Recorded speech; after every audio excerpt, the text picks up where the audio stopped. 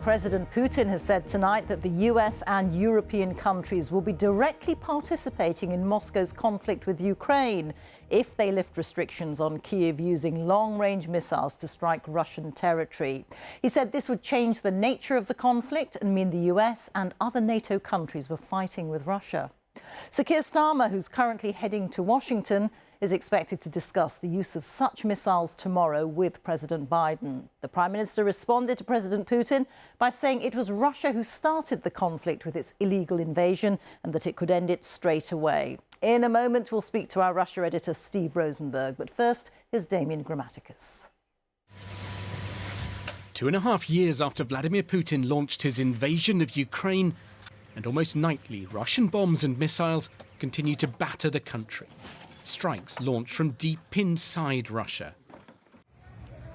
To counter these, Ukraine has for months been urging the West to allow it to use the long-range weapons they already supply to hit back against airfields, logistics and military targets that sustain these assaults, and to blunt the advances Russia is making on the ground.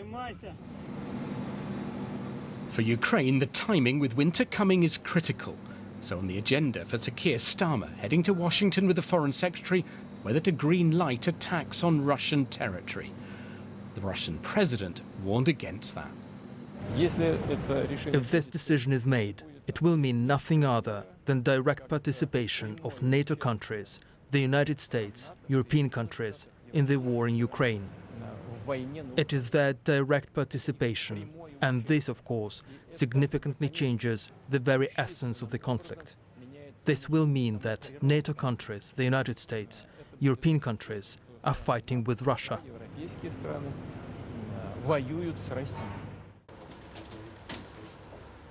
But momentum is building for Western nations to agree to Ukraine's request. Earlier this week, David Lammy and the US Secretary of State travelled to Kyiv. Russia has already been using missiles supplied by North Korea. Now it's believed to be receiving them from Iran too. This week we have been reminded of how other authoritarian regimes are aiding Putin, with Iran going even further in support for Moscow by providing ballistic missiles, a significant and dangerous escalation. These are the Storm Shadow missiles the UK already supplies Ukraine. Russia warned against doing that. And Ukraine has crossed other Russian red lines too. Drone strikes of its own deep inside Russian territory. And its recent attack across the border into the Kursk region. On his flight, Sir Keir Starmer said it was Russia that started this conflict and Ukraine had the right to self-defence. But he wants discussions with a key ally when decisions of such import are made. Damian Grammaticas, BBC News, Westminster. Well, we'll speak to Damian in Westminster in just a moment. But first to our Russia editor, Steve Rosenberg. And Steve, these sound like President Putin's most hawkish comments to date. I think so, yes. And what we heard from Vladimir Putin today was a clear warning to the West. Do not do this. Do not allow Ukraine to use your missiles to strike Russian territory. What we didn't hear from Vladimir Putin was what Russia's going to do if this actually happens. He talked about taking appropriate decisions, but without any detail. Now, what might those decisions be? Well, in the past, President Putin has proposed providing advanced long-range weapons to Western adversaries to strike Western targets abroad.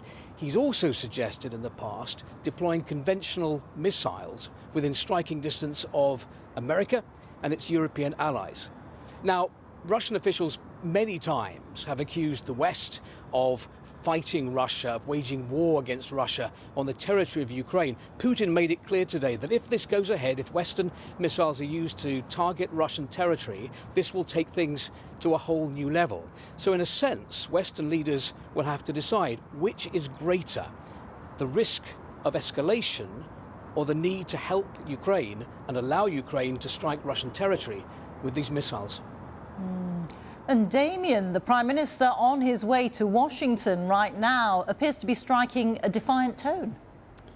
Yes, I mean, he was very clear in the comments he made on that flight on the way there when he said Ukraine has the right to defend itself. It was Russia that launched this war. This invasion was launched by President Putin.